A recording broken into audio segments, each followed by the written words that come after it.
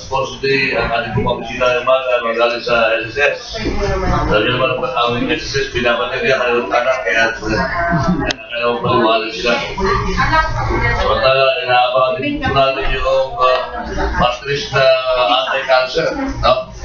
At puro hahabol na sila. So, sige, habol sila. In the meantime, nandito na si Super Lady, kaya siguro bibigyan natin ang pagkakataon na magsalita. Tagal-tagal naman ako na tayo tinalo dito. Pagdating dito, ako yung binaterya sa mukha. Ewan ko na kung mayroon pagbabago. Meron ako na papakita ng reaction. O, pakita ng reaction. Sige, si Super Lady, si Winnie Alba, kasama lang dito siyempre. At meron siyang bagong racket na naman, gusto ko share sa atin. Di ba? Pero malay yun, baka hindi ko tayo nila makakadali. Eventually, pagkatapos mahaba-haba pa doon, na kung ano-ano ang introduce ng Super Lady, baka dito na tayo. Baka dito na tayo sa sortehin. Ayan, Super Lady, sa'yo ka. The floor is yours. Yes, good health sa'yo. Maraming salamat. Samantalahin natin yung pagkakataon kasi pag may mga bisita dito, hindi tayo makakapag-discuss. Ngayon, alam ko naman po, yung mga taga-media, mga nakapag-aaral na yan ng mga anak, kumbaga may mga accomplishment na tayo sa buhay. Sa edad pa naman natin na to, nilumang na tayo ng panahon. Alam ko naman na tayo ay meron ng at the back of our selves, meron na tayong mga pinagkatandaan. Kaya lang, buhay pa tayo eh. Kailangan po natin magkaroon ng dato. Alam niyo, pag walang dato, walang dating. Ito, sabihin ko sa inyo yung totoo. Ako ay isang formulator. Ang mga inventors yung Pilipino, mga pordo yan. Wala akong mga pera. Yung mga mayayaman, hindi ho namin nakikita yan sa mga meeting-meeting namin. Kasi hindi ho kami umuunlad, hindi kami umaasenso sa sarili lang naming kakayanan. Ako naman, inaamin ko, umangat naman ho ng konti. Pero hindi ko masasabing ako yumaman. Kasi po, unang-una, pagka-inventor ka, wala kang inisip ko na yung invention mo. Magre-research ka, gagastos ka, everything, wala namang gagastos sa amin. Ang isang malungkot nga yan, kailan kaya ako makakatikim ng tulong sa gobyerno, baka patay na ako, para yung mga inventors na yan, yun yung aming mga nakatagong, sa totoo lang, na galing, ay hindi mo talaga makilala sa buong mundo. Katulad doon ng, babanggitin ko lang po, pero hindi ito talaga ang sasabihin ko. Isa po sa invention ko, ang maglinis ng utak. Meron na ba kayong alam? Meron na ba kayong alam sa Pilipinas na lilinisin ang utak? Meron na akong invention na tawag ko ay eye wash. Pag pinanay-panay mo yan, brainwash. Hindi ko kayo bini-brainwash. Kasi, yan ang mata natin, extension ng utak. Kung ito ang utak, yan ang optic nerve, ang dulo niya ng mata. Ang mata, ay siyempre, importante ho dahil yan ang unang nangyayari pag nangyayari ang tao. Di ba ba? Sa utak. So ngayon, iyan ang mata natin, outlet to ng impurities yan mula sa utak natin. Kasi yun na nga, kadugtong eh. May mga tao lumuluha, hindi umiyak. Barado ang mga tear glands. Lalo na matatanda. Sila, yung matatanda. Tayo mga bata, hindi tayo ganun. Oh. Ngayon pag barado ang tear glands nyo, at naglagay yung kayo ng eye wash, mabibrainwash ka talaga. Lalabas yung mga muta nyo. Kinabukasan, sarado na ang mata nyo sa muta. Isang ebidensya na nilalabas yung mga impurities sa mata. Pag malinis na ang mata, papasok sa optic nerve. Yun namang optic nerve ang huhugutan ng mga uhog. Pag malinis na yun, papasok sa utak. Kasi ito nga yung utak eh. Ito yung optic nerve. Ang dulo niyan ay mata. Kung malinis na mata, malinis na optic nerve, papasok sa utak. Kaya tayo na-stroke dahil sa mga uhog. Kaya tayo may migraine dahil sa mga uhog na hindi na ilalabas. Anong ebidensya? Pag panay-panay yung kayo nag-eye wash, mabibrainwash kayo, lalabas ko yung mga evaporada nyo sa mata, kondensado sa ilong, at yung talaba nyo sa kalangala, nalalaglag, huwag nyo nang lunukin, parang awat nyo na. Okay? Dito sa tenga lalabas yung mga sewage, kung minsan may liquid pa. O ha? Ibig sabihin lilinisin yung buhok natin. Isa lang ho yun sa aking invention. Kung gusto yung mapatunayan, bibigay ko sa 50%, pero wala ako ngayon ha. Hindi yan nagpo-promote ko actually, binanggit ko lang ho. Bilang isang bagyo ng aking promotion, lahat ng paglilinis sa loob ng imbornal ng ating katawan nasa akin ho. Halimbawa ho, na-atake di corazon, o kaya na-stroke attack. Yun ang na-stroke. sigurado, nag-brain hemorrhage, may blood clot automatic. Kung binalas-malas pa, may hydrocephalus. So in other words, paano mo tatanggalin yun? Paano mo lulusawin yung nag-blood clot yan? Kaya nga, yung iba magtatanong, hindi na kumikimo, comatose na yan eh. Good as dead. May technique ko dyan kung paano marirevive yung mga comatose na yan. Hindi ko yung tatalakayin na yun. Ang talagang sadya ko po ngayon ganito. Ako po ay nakipag-link. O sila ang nakilink sa akin. Ako'y pinili ho nila sa kanilang bubuksan by March. Ito po ay produkto ng pang-beauty, no, sa balat. Bakit kailangan nung ayusin natin yung balat natin? Ang balat natin, pinakamalaking organ, di ba? Maraming butas yan. Kaso, araw-araw may layer, patong ng patong, pinagpatong-patong ng layer of the dead skin, na yung iba tawag natin, di ba? Pero may mas malalim.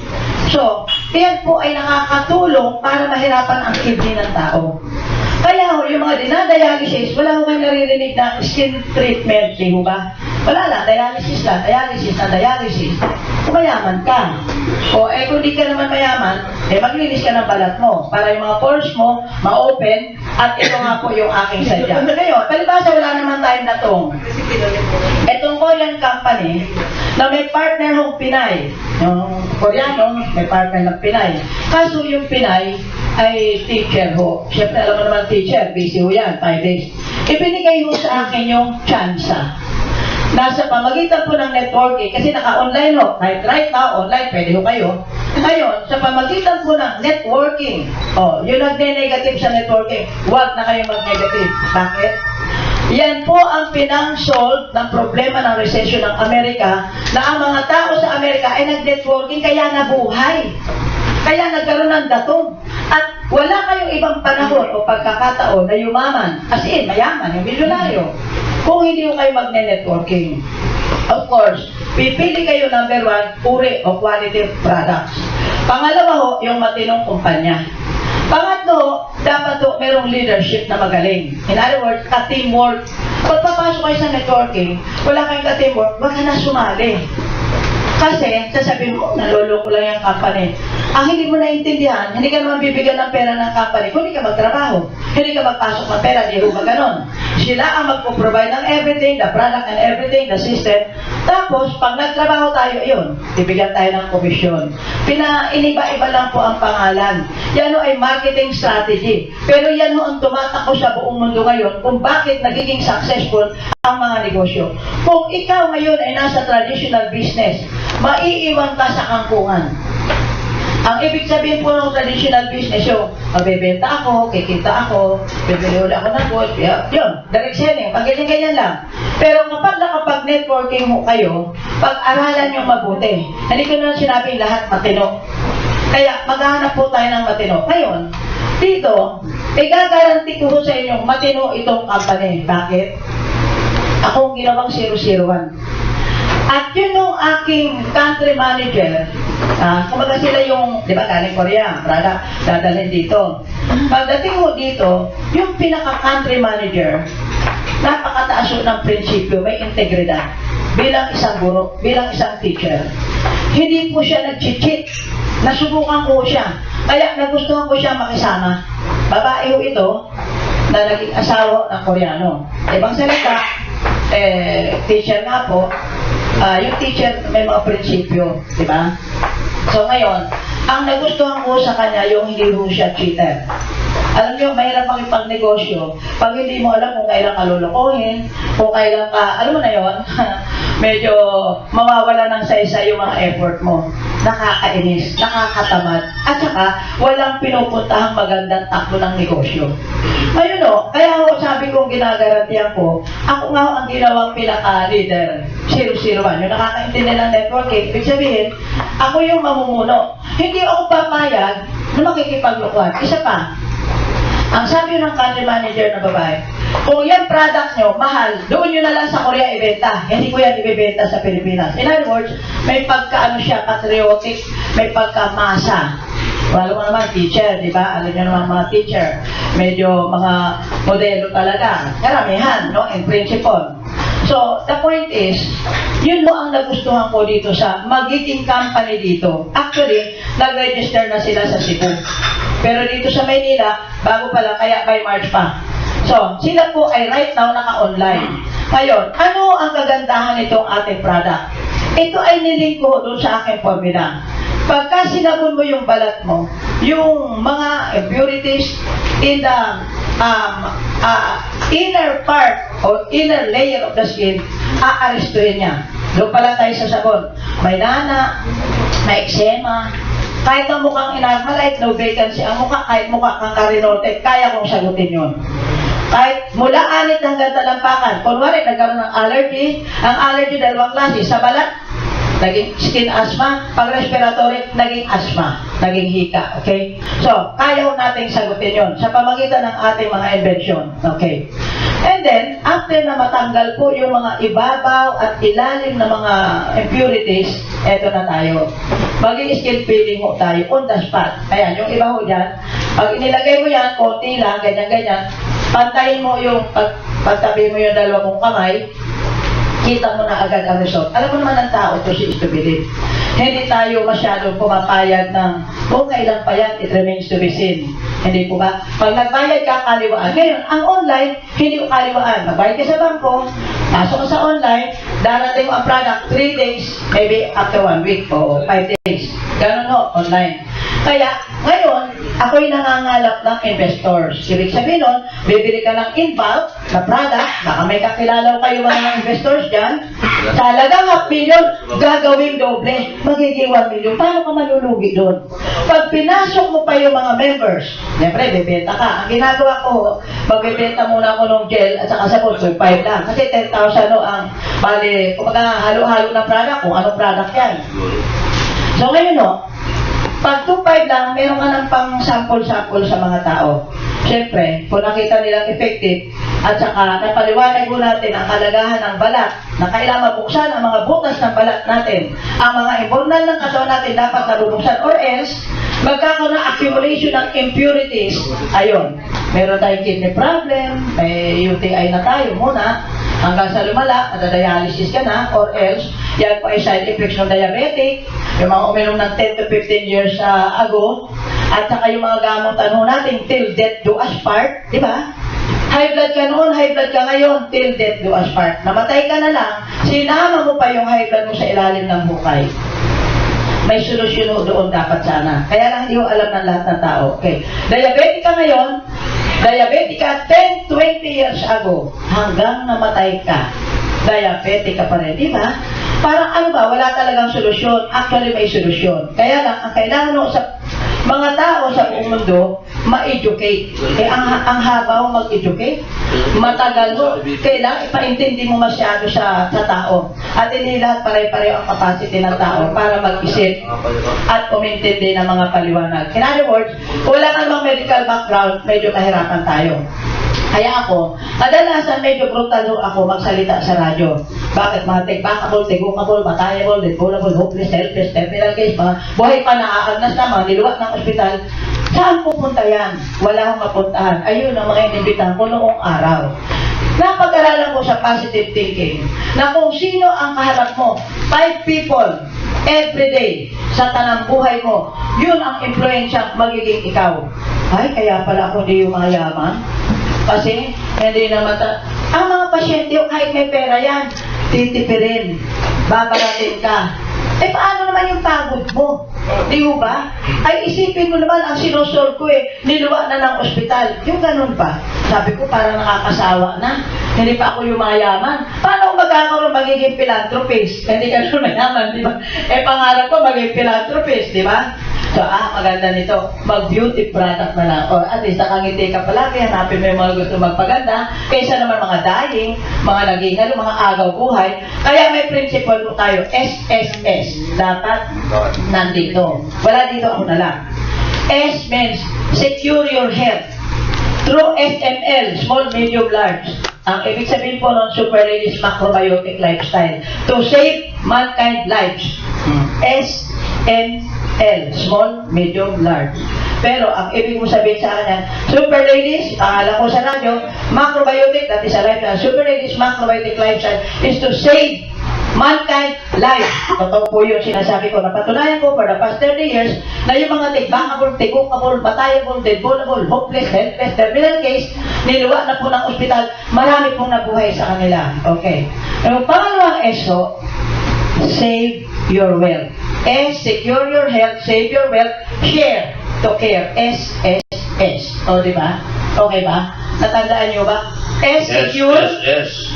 SSS, secure your health, save your wealth. Siyempre makakatipid ka. Kung na-secure mo ang iyong kalusugan, yung pamamaraan, yung protocol, yung procedure, yung produkto na ginamit mo, dahil nagagarantihan ko, depende sa kaso, hindi naman po yung buhay ang ginagarantihan ko, okay? And share to care. Pag nag-share kayo, ayun, magkakaroon kayo ng komisyon, hindi konsumisyon. Hindi ko na-control ang komisyon kasi naka-online no yan, nasa system, automatic na po yan. Maglalagay kayo ng bangko, Ano ba nung ano? Don't Story. Kung mag-ano kayo dyan, merong website, www. Don't Story. Ayan, dyan sa papel. Okay. Ayan. So, in other words, ito ay isang pagpapakilala lang. By March pa kami ayan yung building na yan. Diyan ako nag-orientation sa La Brisa Hotel, malapit po sa ABS-CBN. Okay? So, kung kayo po ay interesado, at saka ganito yan. Sabi nyo, ay wala akong pera. Lagi ko na lang naririnig, wala akong pera. Diyos ko, kailan na ba tayo nagsabi, ay marami akong pera. Oh, pero sigurado ko, may mga kakilala kayo, may mga pera. Ayun. Yun no, ang gagamitin natin, kasi ang gusto nila sa pera nila, mag-multiply, umikot ng umikot. Pag di mo pinaikot yan, ganyan pa rin yan. Yun no, gusto magpaikot, doble agad. Kung naglagay ka ng 500, magiging 1 million, paano ka malulugi doon? Double agad yung pera mo, di ba? Pwera pa yung pumapasok, i-entry mo, alam makainin mo yung mga product, di ba? Siyempre, ipapamiyembro mo yung mga tao. Habang binibenta mo yan, pinapamiyembro mo, may kikitain ka pa, hindi lang yung nadoble yung pera mo. Ganon po yun. Sa mga detalye po, ay mag-approach na lang ko kayo kay Lakay sa akin. Andyan, meron akong kaperaso mga babasahin dyan. Para sa inyong mga asawa, lahat na may balat kasari rito. Basta may balat ka pa, pwede ka rito. Yung asawa mo, anak mo, mga dalaga, mga binata, basta may balat. Mula anit hanggang talapakan, yung may mga kalyo sa paa, yun ang mga patik-patik na mga legs, yung para ng sitagpi, pagkamatanda na. At saka umiitin no, yung mga mga venous congestion sa mga binti na matatanda. Kasali po yun. Okay? Bili yung meron mahirap tanggalin na pagkakabatanda. Yung pekas. Yun. Ang pekaso, iba-ibang klase. May pekaso kruwas kung tawagin sa panganganak. Hindi ka naman nanganak, di ba? Okay, wala ka nun. Ngayon, meron ng sunburn. Yung sunburn, nasunog ka na. Ay, may pag-asa ka na. Kasi yung sa lahi, malahian ka, halimbawa, alam mo naman tayo, lahing ginahasa. Ginahasa na hapon, ng mga etc. Kaya, yung lahi natin, patik-patik na tayo. Di ba? Iba-ibang kulay natin, may tagpit-tagpit na ganyan. Kaya, depende. Balat. Pwede bang co-host mo ito? Ito. Tanong. Halina, nandito si Winnie Maga. Maga na ako dito. Sinampulan niyo yung mukha ko. May magbabago bang meron ba magbabago? Isa. Bumata ka to, 1 year old. Mukhang wala naman yata. Yung iba sa inyo, alam mo, dapat talaga kalahati ng mukha lang lalagyan. Paano mo nilabanta eh? Kalahati ng mukha lang ang lalagyan para at least makita ang difference. Para makikita ang difference, binuo yung mukha mo. Pero yung mga kamay nyo, yung hindi ko pa nalalagyan yung kalahati, para makita nyo ang difference, igaganyan nyo sa kamao nyo para makita nyo ang difference. Konti-konti. Matipid mo yun. Oo, matipid yun. 2005 yung walang pera, yung gustong sumali, 10,000, pwede na. Yun yung gustong mamuhunan, mga 250,000, pwede na ho. 150,000, madudoble. At least madudoble agad yung pera. Hindi mabuburo yung products na ganyan. Ang dami yung gusto magpaganda. Kahit walang kakainin ng mga babae, basta magpaganda. Ang problema kasi natin sa networking yung cash out. Wala pang networking, walang cash out. Ay, wala ka naman. Wala ka mapupunta sa yung pera. Wala ka man nilabas eh. Okay. Saan ka nakakita, nagtanim ka ng wala, Pagkatapos, ani ka ng meron. Ano, sinuswerte, negosyante? Hindi ko alam. Ang prinsipyo ng business, pinakaikot ko ang pera. Maglagay ka ng pera, papaikutin, para dumami ang pera. Wag ho tayo masanay ng mga free. Hindi ho. Kasi alam nyo, nagmumukha ko tayo pulubi yan eh. Ako, honestly, kahit sa radyo, hindi ako nangingi ng donation kasi para na yung suto pagkatao ko eh. Para akong namamalimos. Honest. Gusto ko pa akong magbigay. Hindi ba lakay? Alam mo naman ugali ko. Kaya lang, pag wala na maibigay, siyempre, di ba, nagkukunwari ka na, parang nagpe-pretend. O, ayaw mo naman na impostor ako. Kaya, hindi nyo mahalata. O, ayan, si Leo, siya ang modelo ko. Sabi niya, sila kayo muna uunahin. Kasi wala nga siya time. O, mamaya, pagka nakatahimik yan dyan. So, yun na lang kung gusto magpasample dito sa kamay, para may, mamaya ikot ako, taas nyo lang yung kamay nyo. May tanong mo ba kayo? Ano yung SSS muli? Secure, save, and share. Secure, save, and share. Tama. Dumating lang dito. Yung madidilim Dumating lang yan, dito matunay na SSS. Yeah. secure, save, and share. Yeah, thank you. Thank you. And good health. At ibigay mo yung telepono mo na kapatid niyo. 0999, yan po yung start, 85, 58, 737. 0999, 737. Okay. Okay, thank you and good Ano po health. natin si William pa? Thank you. At pag-gusin, dito na yun. Dito na yun. At masakto. Pagkatapos ng SSS lecture, save, ano?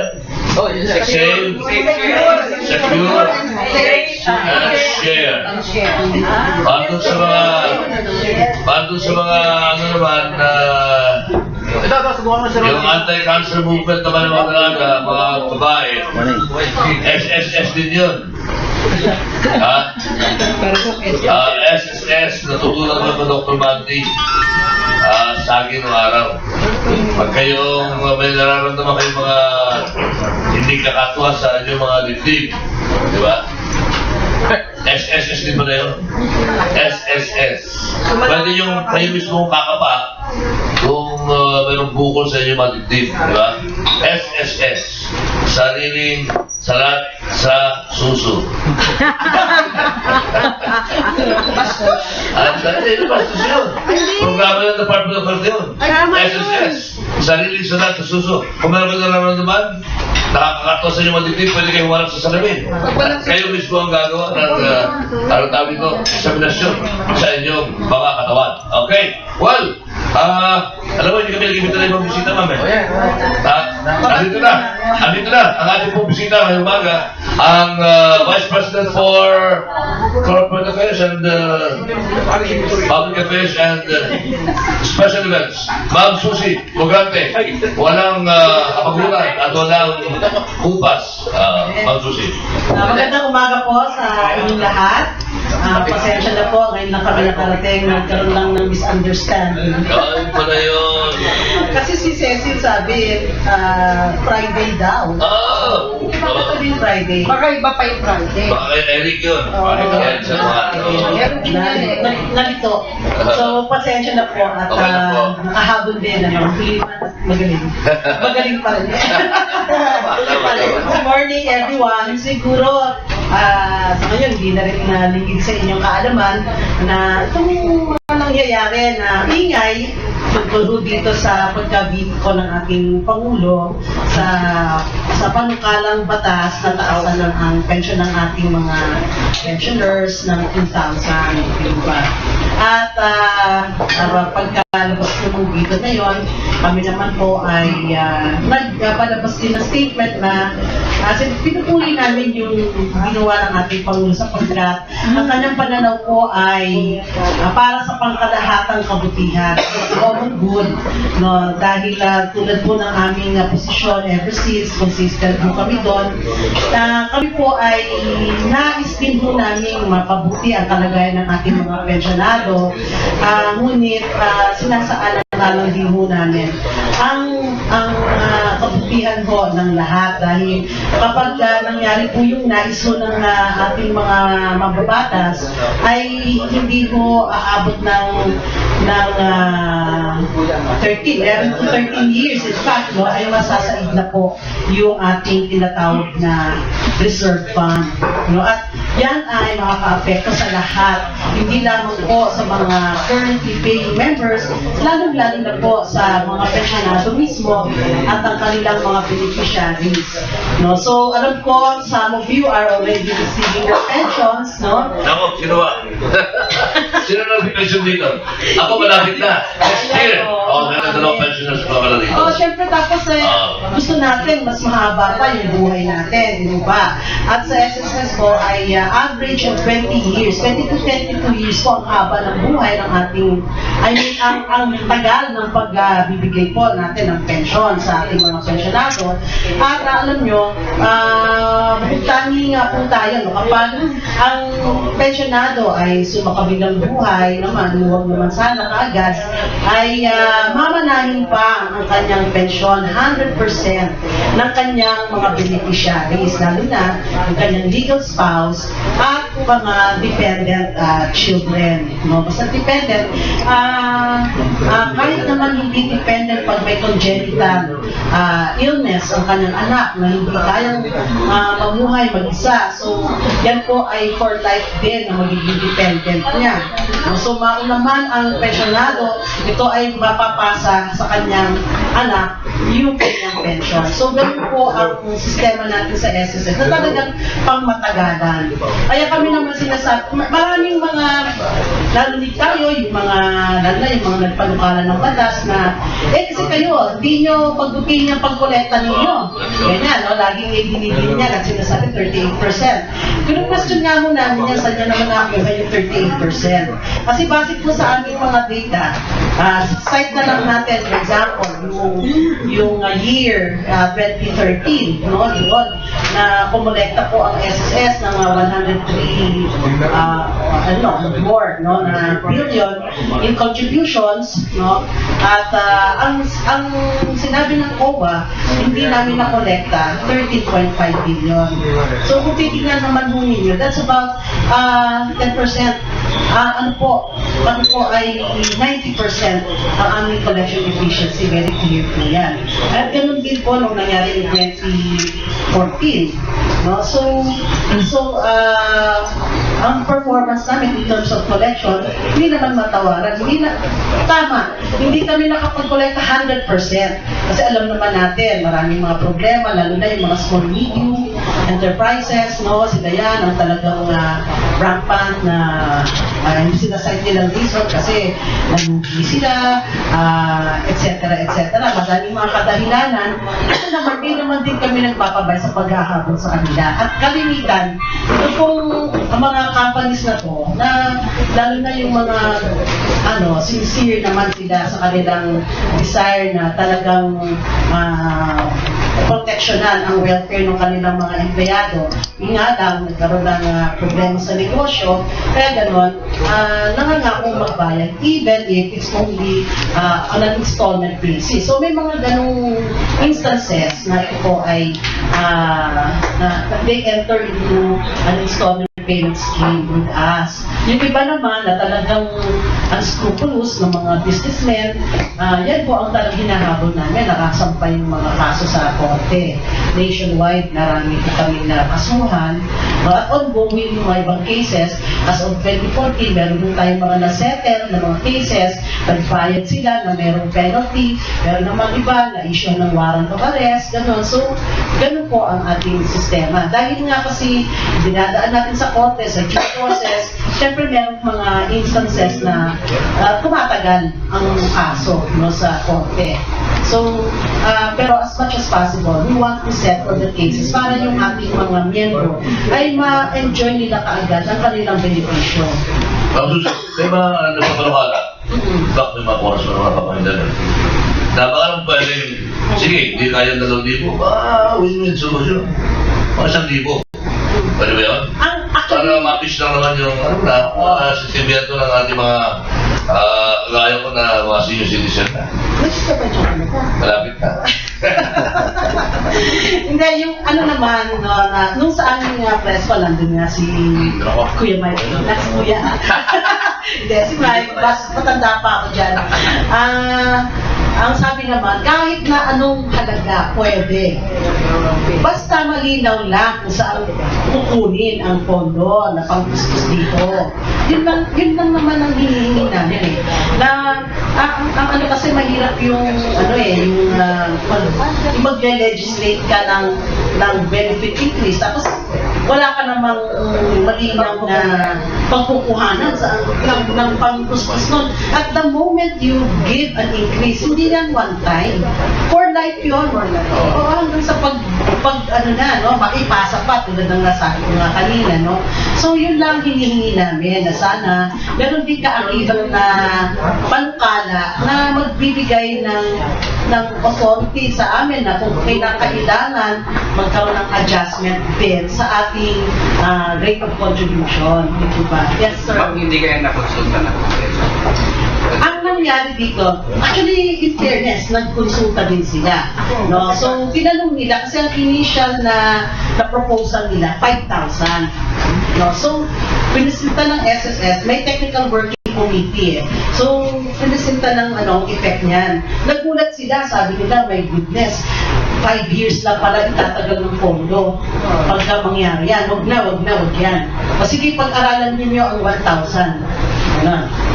Kasi pinag-aralan yung 1,000, nag-call ulit ng meeting, present ng SSS yung resulta ng 1,000 study na yan. O, sabi naman ng mga, technical working committee pa lang to, hindi nga ito yung committee na para dun sa, sa bill. Ako sabi ng kaya pala sa 1,000, konti lang pala yung mangyayari dyan. Sabi nga yan, gawin din ng 2,000. E di sabi nung aming chief actually na nag-present nun, sabi, sir, pwede po ba kami mag-present muna ng pag-aaral kung anong impact ng 2,000? Hindi na, okay na to. Ganon. Parang ganyan ang nangyari doon. No, so, yan lang naman ay sorry, pala off the record. Jesus. Joke na. Actually kasi, wala naman ako doon hearsay, di ba? So, kwento-kwento lang naman yan ng mga tao namin na nandun. So, kaya hindi ko pero, naipresenta namin ayun na nga, in short, nakarating na sa Senate. Pagdating sa Senate, lahat po ng mga senador, binigyan namin ng position paper, ng impact ng 2,000. Kung parang sa decision ni Pinoy po, lumalabas na ang Senado at Kongreso, hindi nila naiintindihan yung sitwasyon. Parang nangyayari, si Pinoy lang pala yung nakakaintindi. Anong masasabi nila dahil yung mga media practitioner, yun yung lahat ang halos sinasabi. Hindi ko natatandaan ninyo, nung nag-interpolate sila sa Senate. Absent nga lang si Senator Enrile dahil may sakit siya. Pero, yung kanyang mensahe, pinabasa niya kay Senator Binay. At bukod tangi si Senator Enrile ang nag-oppose. He very strongly opposed because he understood the impact, the implications of the 2,000.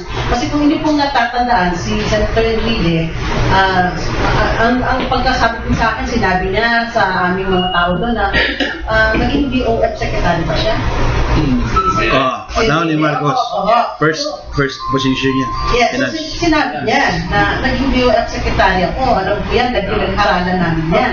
Sabi niya gano'n. Tapos nung nagkaroon ng amendment to the SS law in 1997, isa siya sa mga naging co-authors ng amendment na yan sa Senado. Kaya nakita niya ng gusto. Kaya nung pagdating pa ng panukalang batas na yan, gusto i-adapt and toto kung ano yung nasa sa lower house, para hindi na nga daw magbabay ka. Agad-agad yun ang naging reaction niyan. Oppose siya. No? So kung natatandaan ninyo, pagkatapos niyang magpresenta ng ganyan, nagkaroon din ng statement si Senator Drilon as Senate President na for the first time, in a rare occasion, parang ganun yung headline, ano, na, or ano, na, ang Senate President, yung majority, at ang Senate President, tsaka yung minority floor leader, ay nagkasundo sa kanilang posisyon. Pero after a while, si Senate President ay nagbago ng isip, no? So, nag-iba naman yung statement niya. So, tataka nga kami, bakit kaya ganon? Kasi nag-present naman kami ng aming position paper. So, we really don't know kung ano yung mga reasons, no? Bakit ito naman ay naiparating pa sa ating Pangulo, no? Despite the position that we have already presented, no? And communicated to the members of Congress. Okay, Mr. President, Ma'am Susie. Well, alam mo, magulo kasi itong usapan dahil kasi ako, ang tingin ko rito, mayroong something wrong talaga eh. Alam mo, para sa kalaman lahat sa media, napakalaki ng papel natin dito sa ganitong away o hindi pagkakasundo or something. Alam mo, ang sinisisi ko rito, PLLO. Alam niyo kung ano ibig sabihin ng PLLO? Presidential Legislative Liaison Office. Lahat ng ginagawa sa Congress at Senate dapat iparating sa Office of the President. Lahat ng gusto ng Presidente dapat iparating sa mga congressman through PLLO. Yan ang napakalaking trabaho niya. Ngayon, nangyari dito, inubos ang oras, inubos ang panahon ng Congress at Senate para approvean ito. Ayaw naman para ng Malacanang. Eh kung ito ay tinarabaho ng PLLO, ang magandang communication, hindi na mag-uubos tayo ng oras para gawin batas ito. So inutil yung PLLO. Yan ang istorya ng totoo. Huwag natin sisihin ang SS, huwag natin sisihin ang Presidente. Dahil lang sinasakripisyon ang Presidente dito yung kinabukasan ng pera ng mga member. Yung PLLO, kung pinigilan ito sa Congress, wala nang usapang ganito. Kung sinabi ng PLLO, mga congressman, mga boss, hindi daw pwede, sabi ng Malacanang. Nakikiusap Malacanang, baka hindi yung baka pwede, huwag niyong gawin ko. Hindi pinipilit ng Congress yan. Kung sinabi sa Senado, ganun din. Isipin mo nangyari ngayon, mas matinupang isip ng opposition kasi administration. Kasi yung Senator really minority leader, alam niya, hindi pwede.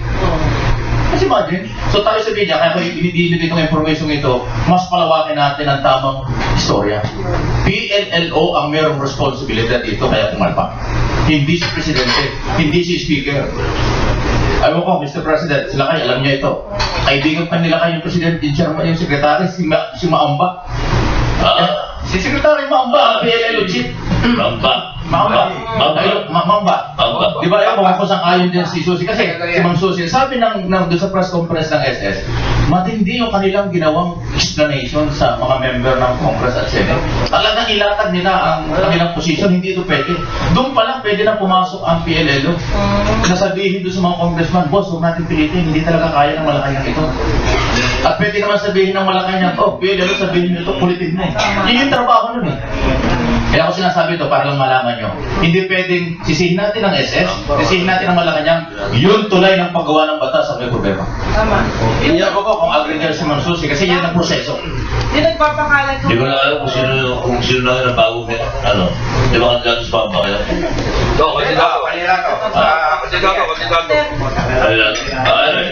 Matagal lang pinag-usapan ito, hindi naman overnight pinag-usapan sa Congress ito. Last year pa ito, tulis ako, pinagdidibatihan na ito. Hindi, ang problema. Nandyan o wala si Amba, may problema siya. Ang problema kasi, Matusi, publiko na eh. Hindi biro na mo yung isipan ng taong bayan ngayon na talagang nakatutok sa inyo eh. So, kahit na nagpaliwanag nyo sa ngayon, hindi Malacanang tsaka ng SSS, mukhang ang hirap ng tanggapin. Alam niyo po, kami din po, nagsasagawa din kami ng sarili naming pagtatanong sa mga members namin. Siguro, hindi din naman din sa inyo na meron kaming grupo ng mga pensionado din namin na regular po namin minimit, no? Meron kaming tinatawag na SSS Pensioners Club, no? So, na in constant communication naman kami sa kanila. At nagtatanong kami sa kanila, sabi naman, ang kalimitan na narinig namin sinasabi nila, naiintindihan namin yung ang sinasabi ng SSS. Gusto din naman namin yung aming anak at mga apo namin magkaka-pension din balang araw. No? So kung kami hindi kaya, okay lang. Pero syempre, umaasa pa rin sila na sana naman magtaas din. Eh, yun naman ang sinasabi namin sa ating mga miyembro, lalo na aming mga pensionado, na kung kakayanin, kasi ang SSS po every 4 years, obligado na magkaroon ng actuarial valuation, parang study. So, ang resulta ng study na yan, mapapakita doon kung kaya ba namin magtaas, ano na ba ang estado ng ating pondo. So, meron ba tayong sapat na pananalapi? Maaari ba tayong magkaroon ng pagpapataas ng mga benepisyo? At kung meron man, nagpupusa ang SSS na ito ay i-recommenda para ma-adjust ang mga pension ng ating mga members o di kaya kung anumang klaseng benepisyo na maaari taasan. So, kaya nga, last 2014, meron tayong minungkahi na itaas ang pension by 5%. No? So, kasi noong 2014 was a banner year for SSS in terms of our revenues. No? So, nagkaroon tayo ng net revenue of 44.5 billion. Na talaga naman, kung ikukumpara natin sa ibang mga institusyon, na banking institutions, napakataas po ng ating kinita ng taon na yan. Kaya naman, ito naman ay nagpusa kami na ibahagi din sa ating mga pensioner. Nagkaroon mo tayo ng 5% across the board increase. No, effective June of 2014, meron mo yan. Tapos, nasundan pa ito last year, 2015, na nagtaas din tayo ng funeral benefit. Dati ho, 20,000 lang yan, flat rate po yan. Ano? Ngayon, nag-range na siya from 20,000 to 40,000 maximum.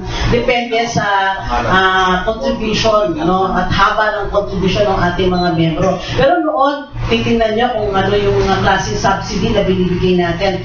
Siyempre, wala namang gusto mag-avail ng funeral grant, di ba? Pero reality naman yan, na lahat naman tayo patungo doon. At yung ating mga kapamilya na may iwan, na tutulungan na naiibsan naman yung kanilang lungkot dahil may tulong tayong binibigay. So, pero noon, tingnan nyo, ang isang tao na magko-contribute ng isang buwan na hulog, noong una, sabihin na natin sa based on today's rate, ang isang buwang hulog sa minimum ay nagkakahalaga ng 110 pesos dahil ang ating rate of contribution ay 11%. So, ang pinakamababang basehan ng hulog na sweldo ay 1,000, so 110. So, si Mr. A nagbayad ng 110. Si Mr. B, ang bayad niya ay base sa pinakamataas na sa ngayon ay 16,000 na salary, that translates to 1,760. So ito, malaki yung lamang ni Mr. B, di ba? Kasi 1,760, 110. Isang hulog lang, namatay silang pareho. Ano, magkano tatanggapin na funeral grant ng kanilang pamilya? Nung una, pareho lang, 20,000. Ganun nyo, saan kayo nakakita naghulog ka ng 110? Ang kapalit nun, 20,000. Para kung nanalo sa loto, di ba? In a way. No? So, tapos si Mr. B, 1,760, ganun din ang tatanggapin niya, 20,000. So, makikita nyo, ang subsidy sa mas lower income, mas malaki kaysa dun sa higher income, which is the nature of Social Security. Na meron kang mga cross-subsidies. Ang mga bata, sinasubsidize ang mga matatanda, ang mga malakas, ang pangangatawan, sinasubsidize yung may sakit o na-disabled, yung mga, to a certain extent, ang mga lalaki, sinasubsidize ang mga babae. Bakit kamo? Kasi ang pagbayad ng maternity contribution ay kinukuha yan sa employer share. So, ang parte ng employer share ay pumupunta sa pagbayad ng maternity benefit. Lahat yan, whether lalaki o babae, lahat yan binabayaran ng employer. So, may share doon. No? So, kahit na lalaki kayo, yung share ng maternity na sa employer share ninyo, kaya yun, no, na masasabi natin, in a way, meron ganung klaseng subsidy. Pero mga babae lang, syempre, ang maaaring mag-file ng maternity benefit, di ba? Sabi nga namin nun kung mga anak na yung mga lalaki, pwede na rin siguro extend sa kanila. Ma'am, actually, natawa ako kay Attorney Levy Baligon kasi siya po yung nakapag-explain sa amin na kagaya rin na in-explain po ni Presidente tsaka ninyo. Yung ganong problema, napakalaki yung ang naging kawalan sa grupo ninyo. Although, sabihin na natin, ginagawa nila ang paraan. Nangyari po kasi parang na-mislead ang lahat. Tapos yung bato sa inyo ng mga beneficiary, kawawa kayo. Ngayon, paano niyo po makasalo to? Kasi yung tamang paliwanag, kagaya ni Kuya May, tama yung explanation niya, walang dapat sisihin talaga kung naagapan. Kaso nandyan na, nangyari na eh. So ano yung mga hakbang na ginagawa mo ninyo ngayon para maibalik yung tiwala at yung pag-aalala mo ng mga beneficiary ay hindi yung maging grabe kasi baka ikamatay din nila yung mangyayari in the future dahil nga sa nangyari. Ang nakikita ko dito, talagang aming mga pensyonado, kawawa, no? Dahil may nagpaasa sa kanila. Yun. No? Pinaasa sila na bigla na lang nawala yung kanilang pag-asa, di ba? Pero yun lang, kaya ang amin namang responsibility naman ay i-assure sila na kami po ay nandito na mayat-maya tinitingnan namin kung maaring itaas ang kanilang benepisyo, gagawin din namin yun. Yan po yun. Hindi pa kayo pwede mangutang? Kagaya ng ginawa sa CCT? Umutang na pera para dagdagan yung budget? Hindi lalo kung magkaroon kami ng liability, di ba?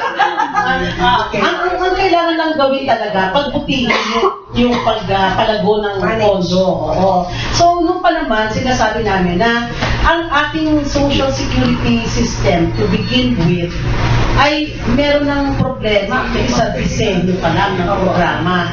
Dahil parang nakaset up siya in such a way na talagang magkakaroon ka ng pagkakalugi. Ganun yun eh. No? Kasi yung mga pension formula natin, yung ating rate of contribution, ang liit-liit, i-compare natin yan sa mga bansa sa paligid natin, magkano ang kanilang rate. Sa Singapore, 40%. Sa Vietnam, 25%. Tayo, 11%. Sinubukan natin itaas siya mula sa 10.4% noong 2013, gusto natin gawin 11%, 0.6% lang tinaas. Inabot kami ng 3 taon bago na-aprobahan yan. At wala kaming tigil sa pag-meeting sa lahat ng mga labor organizations, mga management organizations, para lang mapaliwanag sa kanila bakit kailangan natin i-adjust ang rate of contribution kahit dahan-dahan. So, part ng reform agenda natin yan. Pero binabato pa rin kami ngayon na sinasabi, hindi nyo kailangan magtaas ng rate of contribution. Sinasabi ng mga mambabatas, para lang magtaas kayo ng ganito lang gawin nyo. Ituruan kami kung anong gagawin namin. So, kahit nasaan ka na pupunta at tumingin sa mundo, pinag-aaralan na ng mga dalubhasa, ang World Bank, meron din siyang report, no, na talagang nakita nila yan ever since pa. Kaya nagpalabas ng report ng World Bank kung natatandaan ninyo, in early 2000, sinabi nila ang pondo ng SSS hanggang 2015 na lang. Kaya kung kaya narinig nyo maraming si dati naming Pangulo, si Mrs. Del Paz Bernardo, na nagsalita. Kasi panahon niya yun eh. Siya yung aming alam niya. At nakita niya, at alam niyo po, nung mga panahon na yun, ito lang, meron akong mapapakita sana sa inyong yun yung time na talagang negative po ang aming income. Deficit talaga po kami. Ma'am, sa ngayon, hindi natin hindi. Pagka bumibira po ang big time network, the more na nadudulog ang SSS. Question lang po, may pera pa talaga ang SSS? May pera ang SSS. Ang assets ng SSS as of November 2015 ay 434 billion. Ang ating pong investment reserve fund nasa 418 billion. Ngayon, ang sinasabi natin, bakit sinasabi nyo pagdating ng 2027, said na yan? Kasi ganito, ang dagdag na kailangan natin para matustusan yung 2,000 pension increase na yan, taon-taon ay di bababa sa 56 billion. Okay? 56 billion. Alright. So, ngayon, halimbawa, pag in-implement natin, 2016, 56 billion. Kumita man kami last year. Sabihin na natin, wala pa yung figures ng 2015 eh. So, meron lang ako ng 2014. Noong 2014, kumita kami ng kumulekta kami ng 120 billion sa contribution. Binayaran namin 112 billion sa benepisyo. So, may natira kami 8 billion. Diba? Surplus. Kumita ang mga investments ng pondo ng about 36,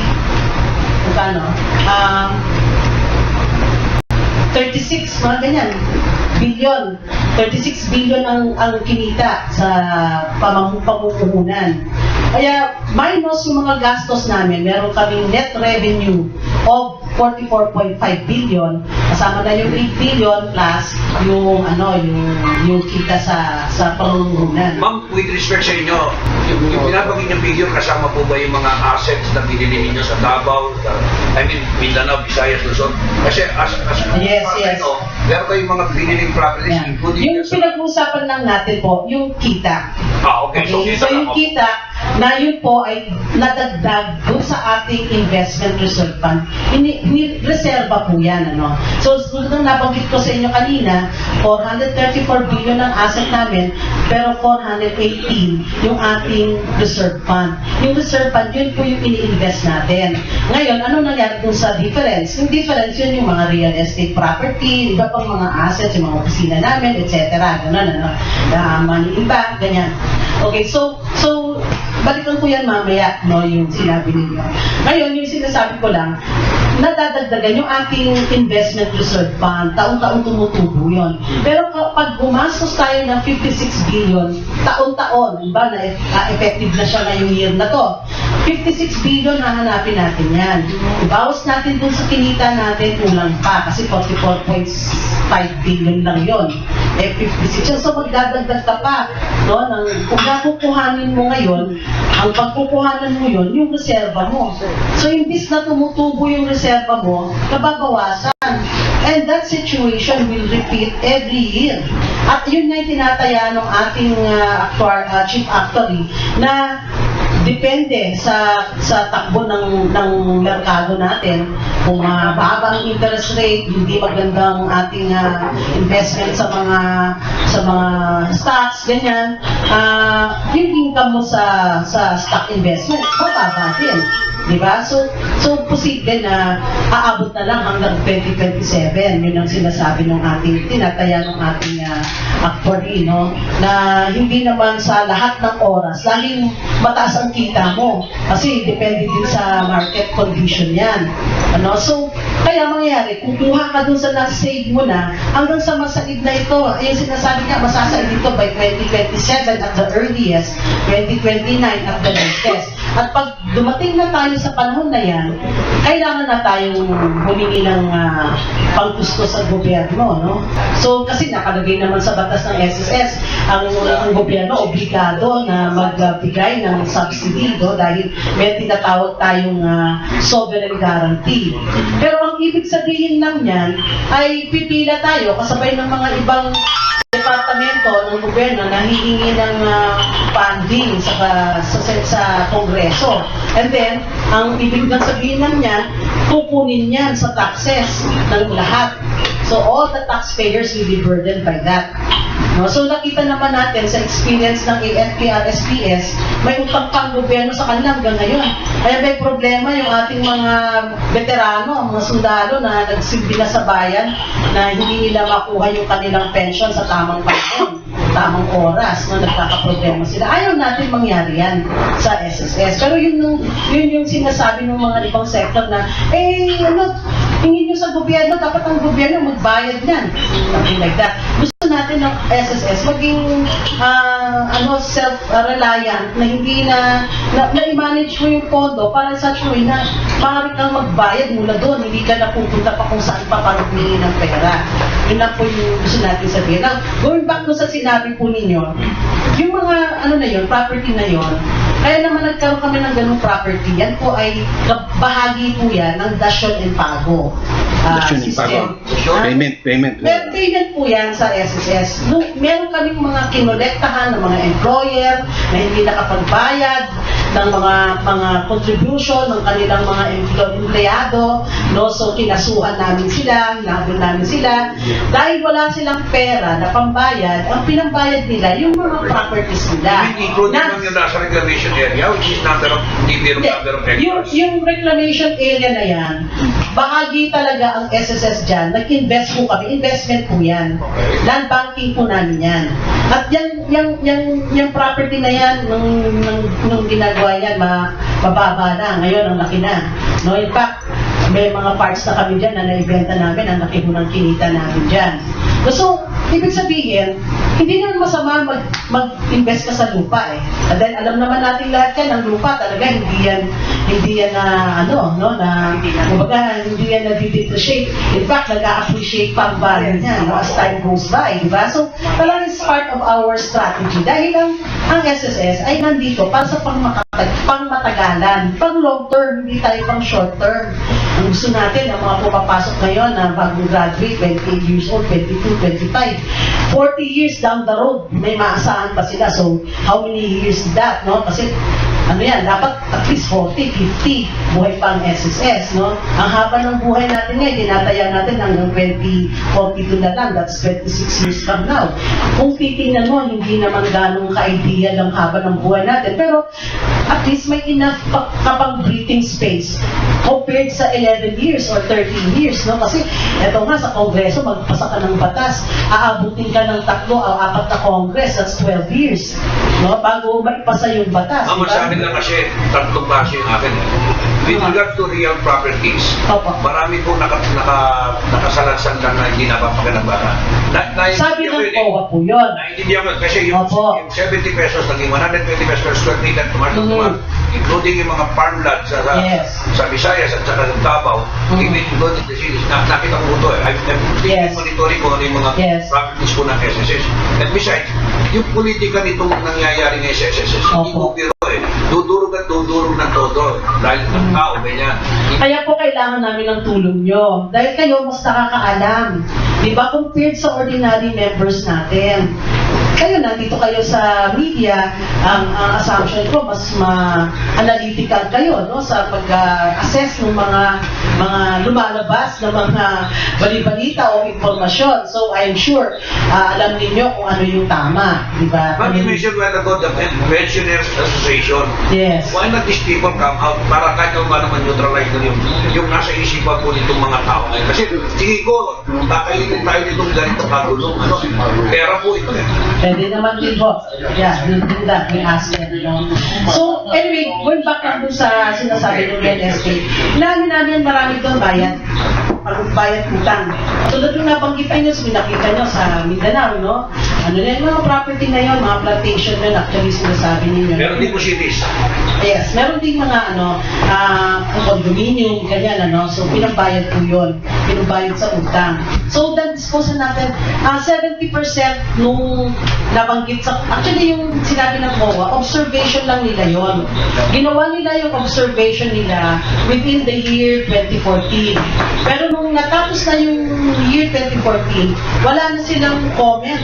So that's why we were very proud to say that 2014 was a year when we had an unqualified COA audit report. Wala silang kasi lahat ng pinoint out nila, nasagot po namin yun. At pinakita namin sa kanila, no? Yung properties natin, round off na natin, 17 point something yun, 18 billion worth na properties na sinasabi item, 70% nun, ginagamit po namin yan. Pinagkakakitaan po namin yan. Ngayon yung ibang properties doon, hindi namin dinidevelop kasi parang part ng land banking namin yan. A big portion of that is at the Bay Area, no? Meron din tayo sa Bonifacio Global City, meron din doon. Nasa tamang panahon, pag maganda ang presyo, bibenta natin yun, no? At saka, alam mo yun, wini-weigh din namin kung ano ba mas maganda. Magkaroon ka ng cash, ilagay mo sa ibang investment, yung pera na yon, or panatiliin na lang natin itong lupa natin, hintayin natin hanggang sa lalong lalaki yung value niya. Ma'am, bago ba isinagawa itong batas na to, ano kaya ang mga nasa Kongreso itong mga real properties na to na asset natin? Well, itong meron silang open ng COA report. Alam niya yun. Alam ng mga authors dahil binabanggit nila yan sa kanilang mga statements, no? So, kaya lang, syempre, hindi naman nila binabanggit na ito ay natugunan na, no? So, katulad na limbawa, nilabas din sa sa isang stasyon na yung daw mga cheque na bounce, nag-bounce, no? Bilang meron kasi tayong, ang SSS kasi, pag naghahabol sa mga employer, ayaw naman natin, isarado yung mga kumpanya nila. Kasi gusto natin magkaroon ng trabaho yung ating mga kababayan. So kung meron namang paraan na ma-settle nila yung kanilang liabilities, binibigay mo natin na kasi meron mong tayo tinatawag na installment payment. So, nagbabayad sila ngayon ng cheque, no? Para hindi na mahirap mangolekta. Ngayon, pag nag-bounce ang cheque, sabi ng COA, dapat kasuhan nyo, bouncing law. Sabi namin, kung ang company na to nag-issue ng 10 cheque, no? Nag-issue siya ng 10 cheque, bawat isang cheque, isang kaso yon. So, bawat kaso, may bayad kang filing fee sa korte.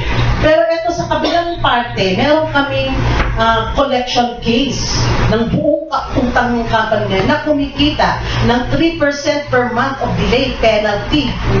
Yun. So, alin ang mas malaki kikitain namin? Diba? Hahabulin mo yung tingin-tingin mga cheque. With respect, correct nyo kung mali ako, why not the media affairs come up, bring out yung mga employer na hindi talaga nagsipagbayad ko. How many billions to, millions pa rin dito para lamang once and for all, public know-how kung ano talaga yung sitwasyon ng pera. Kasi ang nangyayari mo para bang may nililihim, parang gano'n ang dating may nililihim ang SSS kaya hindi may isang bulat ng ganito. Hindi naman ho. Yung mga employer na nakasuhan na nagdesisyon ng korte, nilalabas po natin yan. Pero in fairness naman din kasi sa employer, kung kayo employer, inaano pa yung kaso sa korte, parang hindi naman siguro tama na pangalandakan mo, ito si ganito, ganyan. May kaso pa, pwede ka naman mag-settle. Ngayon, kung talagang, halimbawa yan, nag-desisyon na ng korte, nilalabas po natin yan. Sa akin na kasi, sorry, no? Comparison, let me example, Bureau of Internal Revenue. Per region, they know kung sino itong mga tax evader, kung sino itong mga hindi nagbabayad ng tama. Then, bakit hindi natin gano'n yun? Very regional din. Pwede din mo yan, yung mga kinasuhan namin. Kasi yan, nasa korte, no? Pwede natin, pwede natin i-publish. Pero gusto ko lang i-stress din, siguro tulad ng PIR, yung mga talagang lagi-evade. Ito yung mga small, medium, yung mas maliliit. Alam natin, yung mga employment agencies, ayan. Yung mga security agency, pangalawa yan. Sila yung resiba, nakapagbayad na maayos.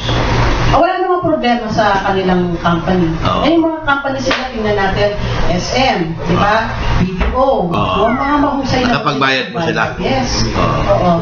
Sa ma'am ganito, may tanong lang ako, Sa mga permanent po yun. Ano po? Sa mga permanent employees yun. Pero sa contractual employees, walang bayad yun. Ang kasi, yung mga contractual, ang mananagot doon yung contractor. Kasi kunwari ako, employment agency ako, nagsusupply ako kay SM. So si SM, in-outsource na niya yung mga sales ladies niya Ang talagang employer nila, yung placement agency. Okay. Yun ang hinahabol natin. In my personal view po, paglinawan po, napakahirap na role ng social security system. Doon sabihin pa lang ni ma'am, 11%, mahulog na ako sa sigla. Dahil nung nagtatrabaho ko sa US, hindi ganyan kababa pinabayad ko sa social security. 40% po. Grabe. So, bukod doon, we have a bunch of legislators who think that they can legislate solution to everything. They can legislate peace by BBL, na-legislate ang BBL, wala nang gera. Malaking pera pa. Magsasara na rin ang PATCOR, ang PCSO, dahil legislate sila ng legislate kung saan mapupunta yung income ng mga GOCCs. Walang kaayusan malawak natin problema, and I'm just so I find it very uncomfortable. SSS finds itself in such a very difficult situation. Well, ang kalaban dito ay talagang mga kongresista na nagpapa-epal dahil election season na. Eh wala naman, pag sinabi rin ni ma'am na actuarials, you cannot debate with that. Yung income mo, pag ganun, yung expense mo, pag ganito, i-extend mo lang yun over time, malalaman mo na kung kailan mamagsak yung income, matataas yung expense, ma-overtake. It's science. Wala tayong problema dyan. Kaya ako, I'm willing to give SSS benefit of the doubt. Tulungan natin sa media dahil yung mga politiko ang may problema rito. I do not agree with Mike to exonerate the president because yung opisina minimension niya is under the office of the president. No? Pero hindi maayos na nangyayari doon. Pero this culture of our legislator over-legislating and thinking that all solutions come from legislation. Congressman Joel Sarsa, kailangan masolusyonan niya pag-upunin niyo doon. No? And I think si Speaker should be the one held responsible here. Kasi this is money matters. It starts from the Congress, from the lower house. Eh bakit pakalusot ito? Nag-hearing naman. Oh, hanggang ngayon nag-hearing pa tayo. Dahil na veto. Eh, tapos na. Marami na napahiya. Napasubo na SSS.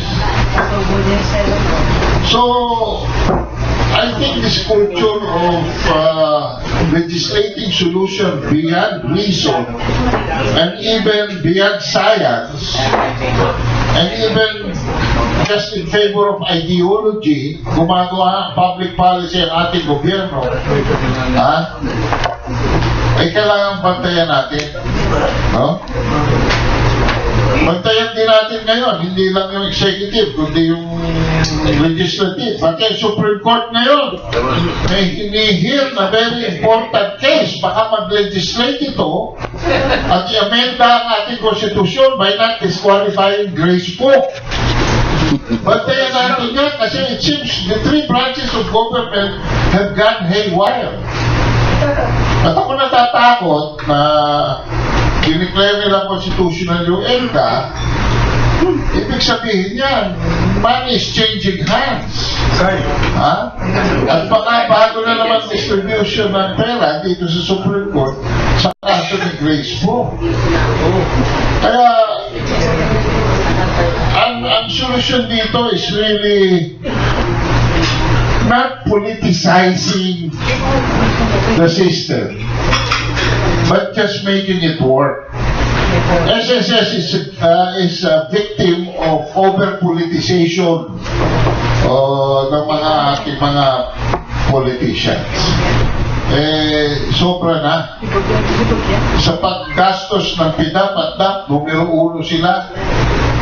Kung tutusin nyo, pinakamalaking resource na nawawala sa ating gobyerno, hindi dahil palpak si Tikiros or what? No, it's not. You know, and then pinag-uusapan nila ngayon, privatization. Diba? Anyway, leading to my question, may usapan nung ipaprivatize din daw ang SSS. Ano po ang latest dito? Kasi kami, ako mismo, I'm against this. I'm against privatization of government institutions. So, ano po ang huling balita tungkol sa privatization? Actually, ngayon ko lang dito narinig yan. No? Na meron palang moves na gano'n. Pero ang masasabi ko, pag-isipan ng ating mga mambabatas ng mabuti.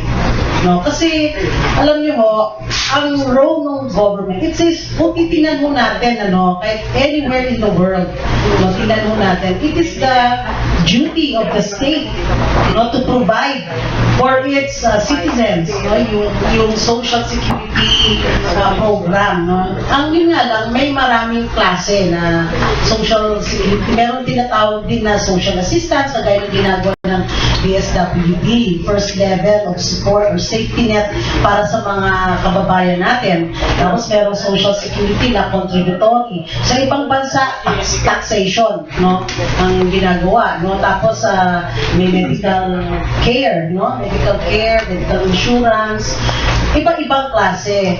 At lahat po yan ay minamanage ng state kasi ang interest ng state ay para sa kapakanan ng lahat. Pag nilagay mo yan sa private sector, syempre, they will run it like a business. Diba? So, may mga schools of thought na nagsusupport ng creation ng mga ganitong klaseng programa. Ang number one intention dyan is para magkaroon ng social justice. So, tayo naman, sinasabi nga natin, tulad ng napagit ko kanina, meron talaga tayong mga cross-subsidies. That is the nature of social security. Na tayo, bilang mga citizens at bilang member ng society, na dapat magkaroon tayo ng solidarity. Na lahat ng bawat isang member ng ating society ay hindi mo sila babagsak sa kawalan. Kasi pag nangyari po yan, lahat tayo apektado.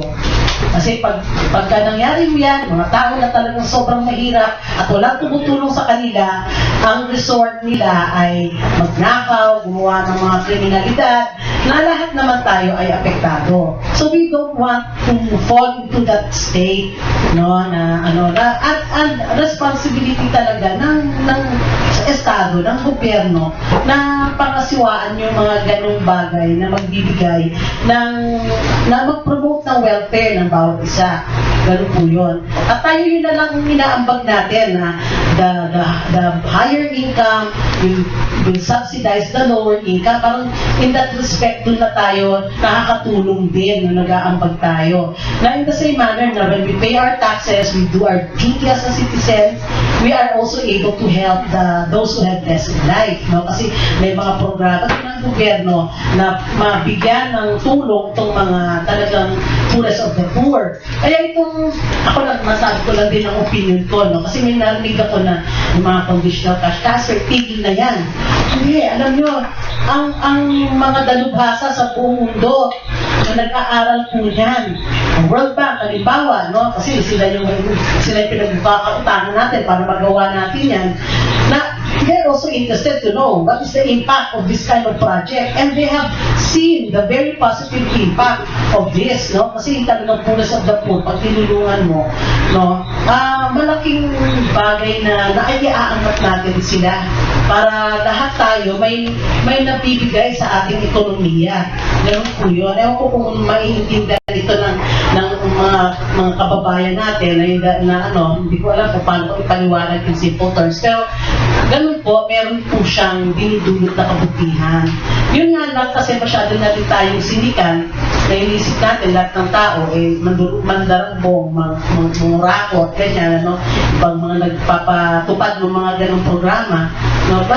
But if we really go down sa grassroots, on the ground, yung ginagawa ng DSWD, makita natin na nakakarating naman yung tulong na yan.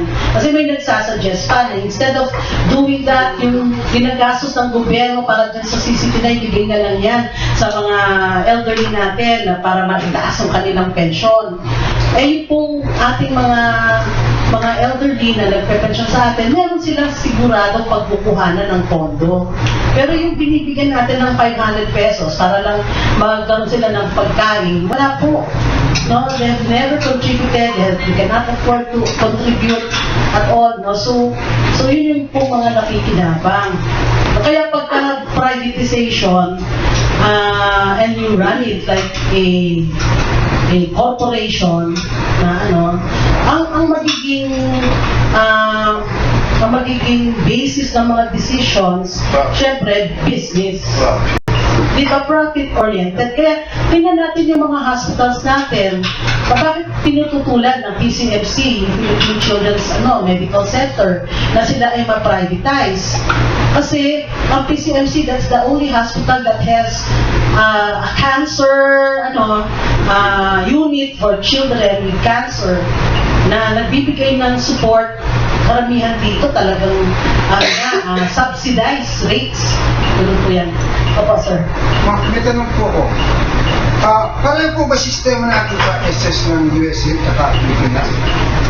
Ang sa US po, kasi pay as you go, ang nangyayari po yan ay taxes po pinagkukuhanan. So yung mga citizens ng US, pag nagbayad sila ng tax, alam nila, part of that will go to their social security. Kasi po, under po lang yun, Department of Welfare and Education. Ngayon, ito po yung kaso kasi US Merchant Marine po ako, nagtatrabaho lang sa lupa, New York ako. Ngayon po, kailan lang, nagpunta ako sa US Embassy na dyan para mag-claim ako ng benefits ko. Pero hindi ako makapaniwala sa nangyari. Sabi po ng Pilipinong okay na daw, sa section dito lang ng US Embassy. Sabi sa akin, kulang ka ng isang unit. Nasipayo po ako. Nagtimpi lang ako eh. Kailangan ko magkaroon ng 40 units. 39 units lang ako. Sabi ko, hindi pa niya pwede ko consider yun. Sabi ko sa kanila. Ngayon, binigyan ako po ng pamphlet to appeal. Para appeal ako sa nag-email nga ako, ngayon wala pa rin pa sa Maryland. Opo. Iba po yung sistema ko nila, diba? Sa atin. 40 units daw, kaya samantalang isa lang ang kailangan ko, bakit hindi pa ako binigyan? Sa Canada po, meron po tayong bilateral agreement with the government of Canada and Quebec na kung saan, kung nagtrabaho kayo sa Canada, kaya nga, kinkwento ko lang po, may bilateral agreement tayo na pwede tayo mag-totalize. So, kung meron kang years of service sa Pilipinas and years of service in Canada, and if you retire based on the Canadian law at hindi kayo nag-qualify doon dahil ng kulang ng number of units, whatever it was, ang mangyayari po niyan ay ito-totalize yung credited years of service nyo with the Philippines to qualify you to a pension in Canada. Kasi mas mahaba ang panahon na nili-require nila eh. No? Ganon. Katulad din sa US, hindi ko alam ilang years of service kayo para mag-pension. Hindi, meron basta niliply po ako, 40 units, kulang ko isang unit. Pero pakiramdam ko, ma'am, definitely, dinadaya ako, hindi ako niniwalang kulang. Kasi, alam naman yung gobyerno ng USA, mga doktori sa Pandalaya yan.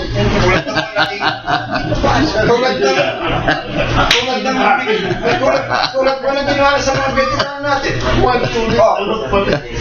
Yung veteran po natin po ng mga Philippine veterans, hindi magbinibigay yung full pension nila. Makwento ko lang po.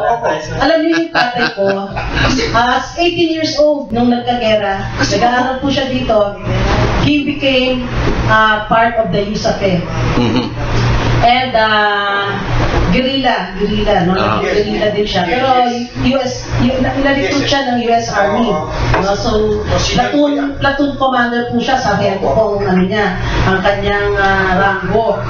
No? At nung nakapasok na yung mga Hapon, nag-guerrilla siya, naka-assign siya sa Laguna, nasa ang trabaho nila to provide ground support for behind enemy lines. Kasi yung mga Americans, nung papadala sila ng mga troops, tsaka yung malapit na mag-capture gera, papadala sila ng mga food supplies, dinag-drop nila. Minsan, bumabagsak sa Laguna Lake. So, kailangan nila ng ground support para makuha yung mga pinagdala. Kaya yung mga nagpaparachute ng mga sundalo na na kakapasok sa kanilang area. Kasi yung area na yun, mga Hapon ang may control. So, naging guerrilla din ang father ko. Ngayon, lahat yun, may record siya sa Virginia, may record. Opo, sa Missouri ang veteran sa kanila. Okay, sa VA. Nag-email po ako din. USBA, ma'am. Yes. And sabi nga, bakit hindi ninyo kiniklaim no? Dapat, kasi nung namatay yung father ko, nagpadala pa ng flag ng Amerika, na gano'n. So lahat ng mga tapos meron kasi siyang mga medal din dati.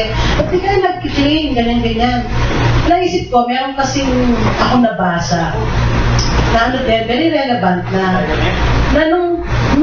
nung nagkagera, yung panahon ng Hapon, kaya siya naging sumali sa army dahil gusto niyang i-defend ang bansa niya.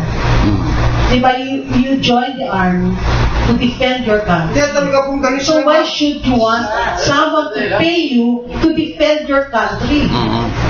Diba? So parang ano na yun, that's an honor ng tatay ko.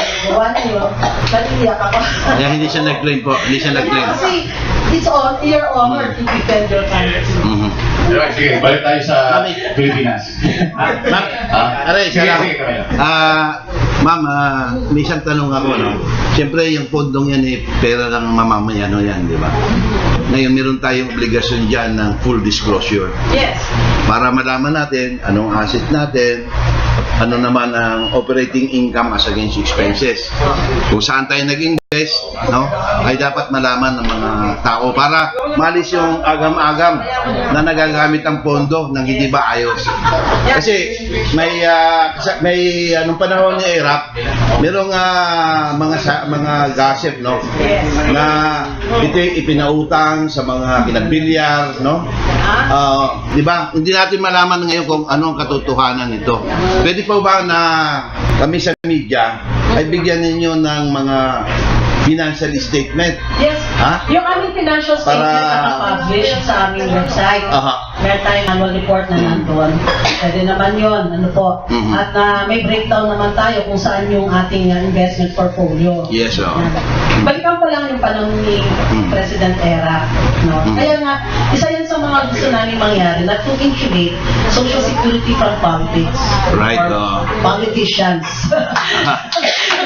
Kasi yan ang ano, no? Kaya kung ang batas, maggawa ng batas na providing our Social Security Commission with the authorities. Independence. Yeah, hindi lahat ng bagay na gusto mong ipatupad dadaan mo sa kay presidente o sa kongreso kasi pagka ganyan nagiging politicized. So dapat even the appointment of representatives in the Social Security Commission, for example, there were already moves as early as the late 1990s na dapat yan ay din, yung proseso na yan, pag-aralan. Kasi yan yung isang din na kukulaan tayo na nagiging politicized, diba? Dapat yan may mga qualifications na pinagbabasihan para sa pagpili ng mga mag-supervise or magtitingin dito sa pondo. Right now, wala namang problema in the sense na lahat ng sectors na tripartite kasi, di ba? So, meron tayong labor, meron tayong management, then we have government, no? Represented by the President of the Social Security System, the Department of Labor Secretary, and then the general public, ano? So, the rest are tatlo sa labor, tatlo sa management. Na in a way, ano naman yun, no? Tama lang naman na may representation. Ngayon lang siguro, yung mga nag-aaway-away, kung sino yung mga represent. This is a dami ng mga labor organizations, madami na, tapos meron pang mga school of thought na, 10% lang naman ng buong labor force ang unionized. Bakit kayo namimili sa mga union? Bakit kayo gano'n, di ba? So, ang hirap din. Kahit naman kung sino mag-a-appoint, nahihirapan kung mamimili ka lang from out of nowhere, di ba? So, it has to be somebody na may leadership, na kilalang labor leader, na merong gano'n, na may may nag-endorse, gano'n. So, ganun natin yung Sino presidente niya? Okay. Siguro, Ma'am Susie, ganito lang. Itong 16th Congress, wala na ito. Patapos na ito eh. Next Congress, next government, siguro dapat ilabi ng Yeah. SSS sa Congress o sa Office of the President na gumawa sila ng batas na ipagbawal na talaga yung contracts. Kasi anong bakit? Talagang babagsak ang kulit sa inyo kapag puro contractual eh. After 5 months, tinatanggal na. So sa kumuha ng pahulog yan. Pero pag nagkaroon ng emergency o pangailangan, bibigyan nyo sila ng benepisyo. So doon talo. Kaya dapat ang gawin ng Congress talaga, gumawa ng batas, ipagbawal ang contract system na yan. Para sa ganun, tuloy-tuloy yung membership, tuloy-tuloy ang koleksyon nyo. So tatatag yung income, mabibigyan pa ng protection, meron pang security at kayo ng mga magagawa. Ang SS, meron kayong boses yan kasi kayo yung parang kayo nagkakalingan ng kinabukasan ng worker. Dahil kasi pera ito ng mga manggagawa at member. Hindi ito, walang pakialam ng national government sa pera ng SS. So dapat bigyan ng protection yung manggagawa, tuloy ang trabaho, tuloy ang hulog. Maganda ang koleksyon. Kasi nga tulad ang sinasabi namin palagi, the best social security there is employment. So dapat talaga, together with the Department of Labor, we really have to promote continuous employment. Lahat ng mga tao. Okay. So with that, tapos siguro tayo. Alam nyo, Ma'am Susie, kami hindi man tayo nakikita-kita. Maraming taga-media nakakaintindi ng inyong kalagayan. Iilan siguro yung nagagalit, baka meron silang kalokohan dyan, di ko alam. Alam ko, yung buhay ng SS nasa buhay ng mga manggagawa talaga. Kaya naiintindihan natin. Although maraming mga samaan loob kasi nga, inihulog sa bangin si Pinoy. Si Pinoy inihulog sa bangin ng mga kasamaan sa Congress at saka sa Senate. Yun ang totoo. May talo na si Rojas dyan. May natin ng Pangulo yung Apektado si Rojas dyan, ha? Mike, abol lang ako, Mike. Apektado. Okay, pahabol ka. Ito malapit na mag-retiro. Malayo pang mag-retiro. Ma'am, kasi doon nga sa mga ayaw banggitin yung mga kumpanya na hinahabol ng SSS. Kaya about yung mga religious, mga tao sa bahan, yung mga kumpanya yan, May empleyado. Yung mga yung mga religious orders, mga empleyado yan eh. hindi, pagka meron sila, kumari, meron silang eskwelahan, yan ay cover dapat. Simbahan, wala. Meron silang eskwelahan, meron silang tindahan, meron silang yung pinagkakakitaan. Pero yung matters of the church, wala. Separation. In fact, pagka pari ka, vocation yun, hindi ka, ang simbahan katoliko halimbawa, ay hindi compelled. So, kasi hindi ka naman empleyado. Pero kung ikaw ay, kumari may foundation yung simbahan, or may orphanage, or whatever na organization o kumpanya, yun, empleyado ka doon. Okay. So, Ma'am Susie, thank you po. Maraming salamat din po at mabuhay po kayo dito sa restaurant. Thank you. Thank you po, ma'am. ng broadcaster. Thank you po. Ma'am Susie Bugante, Vice President po ng Social Security System. Thank you. Wala. Ano?